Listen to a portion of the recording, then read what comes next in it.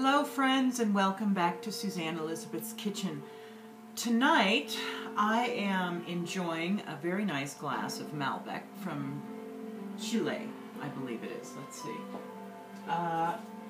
No, I apologize. It is an Argentine Malbec. And it's pretty good, quite honestly. Not as good as the Bordeaux I had last week, but, you know, live and learn. That's why we try new things. So, today I want to talk to you about preparing turkey. Easy, fuss-free, no-nonsense, perfectly cooked turkey. And I'm going to show you how to do it. Believe me, I've tried everything. I've brined, I've wrapped the thing in wine-soaked cheesecloth, I've massaged it, I've done everything. I've, started the oven at 500 and dropped the temperature down, and all I did was burn the top of my turkey. I'm going to show you a foolproof way to make gorgeous turkey every time. And the reason I want to tell you this is because if you're like me, you probably make turkey once a year for Thanksgiving. And that's it. And that's a shame, because what you can do, and what I'm actually doing tonight, is I bought this turkey the day after Thanksgiving when it was, 49 cents a pound, and saved a whole bunch of money, threw this thing in the into the freezer. It's now January, and I'm making a turkey, and it's going to be fuss-free. In fact, the only thing I'm going to need for this turkey to get this thing in the oven is a pair of scissors, a knife, and my hands, and this wine. So, okay, we've had a restorative glass, or a restorative drink of wine, so let's get started. So, to begin with, let me show you. I've rinsed the turkey very well, and here I have the gorgeous neck and the heart and liver and all that nonsense. You can use some of those things for the gravy if you want to make gravy. I would certainly encourage you to use the neck to make soup or a stock. But I'm going to just put that over there for now, because that's not what we're doing right this minute. What we are going to do is, really what I like to do is start by stuffing the cavity of the bird with aromatics. What does that mean? Well, I have, you know how I feel about kitchen herbs. I've got my trusty, look at that. That is a gorgeous rosemary plant. That thing is just going like crazy. And then I've got some sage and some thyme that my friend Rose gave to me. And that's been growing in my kitchen window. So we're going to start just by reaching over here and cutting off some branches, there's some rosemary. We're going to tuck that in there. Let's tuck in some thyme, throw that in there, and some sage, just a little bit, a few sprigs of each thing. I'm going to grab some pepper and throw that in there, and some salt and throw that in there. Now, let's start with this. A little, and this is quite a small head of garlic, and that's okay. Use what you have. And we're just going to cut the top off of that, all right? And then throw that entire head of garlic in there.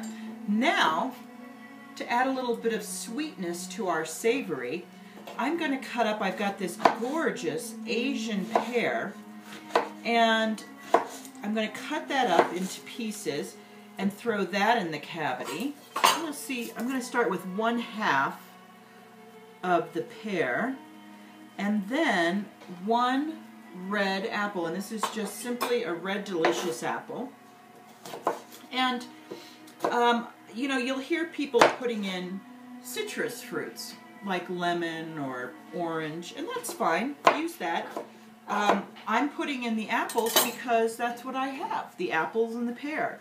And I think that those flavors, that scent, especially once that apple gets roasting, will really be just beautiful with the rosemary and the sage.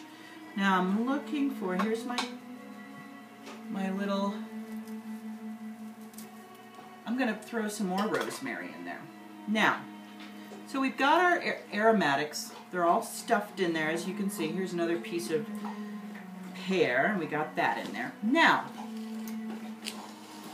we're going to, I've got some butter. I've got a stick of butter. Coco, Mommy can't come over there right this minute. Just hold on a second.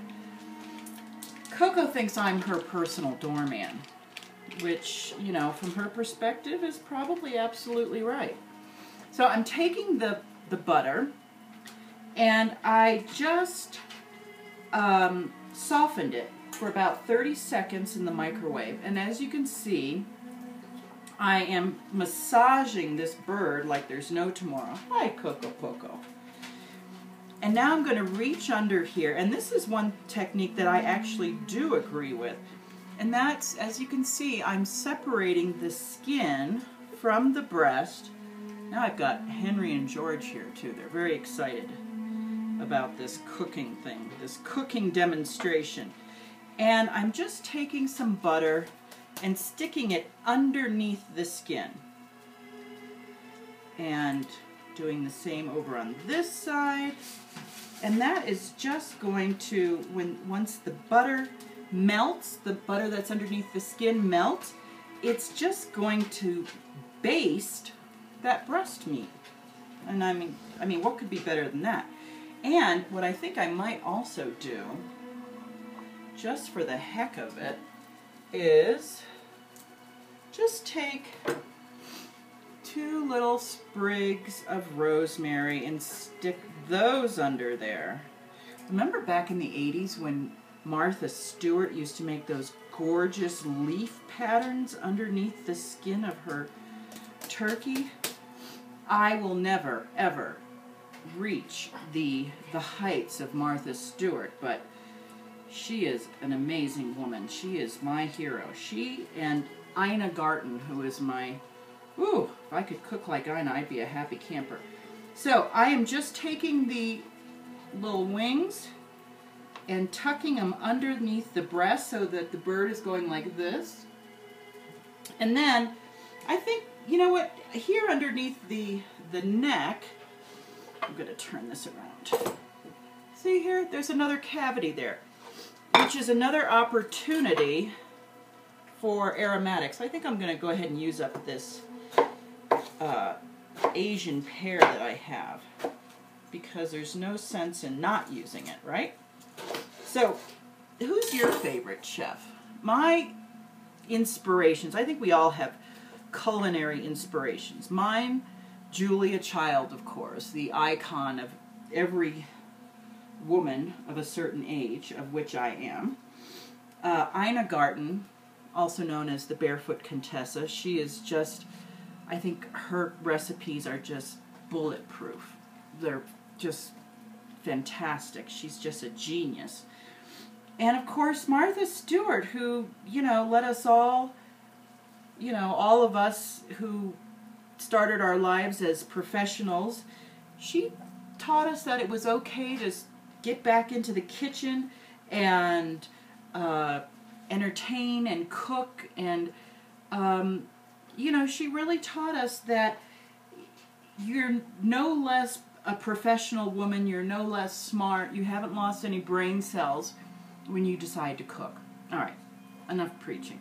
So here's the bird. It's all done. And as you can see, the worst thing that has happened is I have a lot of butter on my hands. So here's a dish towel, and here's another one of my little plugs. Buy a whole bunch of these dish towels, and you can probably get them at Costco or Walmart for, you know, next to nothing. And use these instead of paper towels. I mean, I still have paper towels on the counter, and I use them from time to time, but you know, I think over time you would save a lot of money if you got into the habit of using dish towels in place of paper towels. And you use them and throw them in the washing machine, wash them, and you're good to go. Now, as you can see, I am lavishly